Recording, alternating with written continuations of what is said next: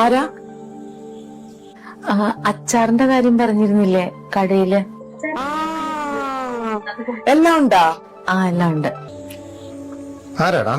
ഇപ്പൊ പുതിയതായിട്ട് ബിസിനസ് തുടങ്ങിയിട്ടുണ്ട്. ഹോം മെയ്ഡാ, അവര് തന്നെ ഉണ്ടാക്കണ. നല്ല അച്ചാറാ. ഞാൻ പോയി പൈസ എടുത്തിട്ടുണ്ട്. എത്രയായി?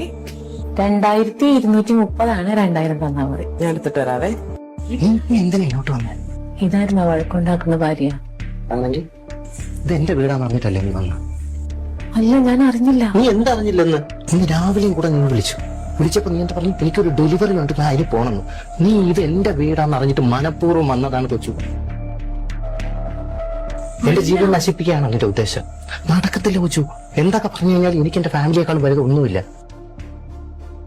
മനസ്സിലായല്ലോ? ഞാൻ അവള് തമ്മിൽ പല പ്രശ്നങ്ങളും കാണും, ഞങ്ങളത് പറഞ്ഞു തീർക്കുകയും ചെയ്യും. അതിന്റെ ഇടയിൽ കൂടെ നീ കയറി വരാൻ നിൽക്കല്ലേ. ഇത് മനഃപൂർവ്വം നീ ചെയ്തതാണ്, എനിക്ക് ഉറപ്പാണ് കൊച്ചു. എനിക്കൊരു നാണം തോന്നില്ലേ? എന്തെങ്കിലും ഒരു പ്രശ്നം ഉണ്ടെന്നാലും ഒരു കുടുംബത്ത് നുഴഞ്ഞു കയറാൻ.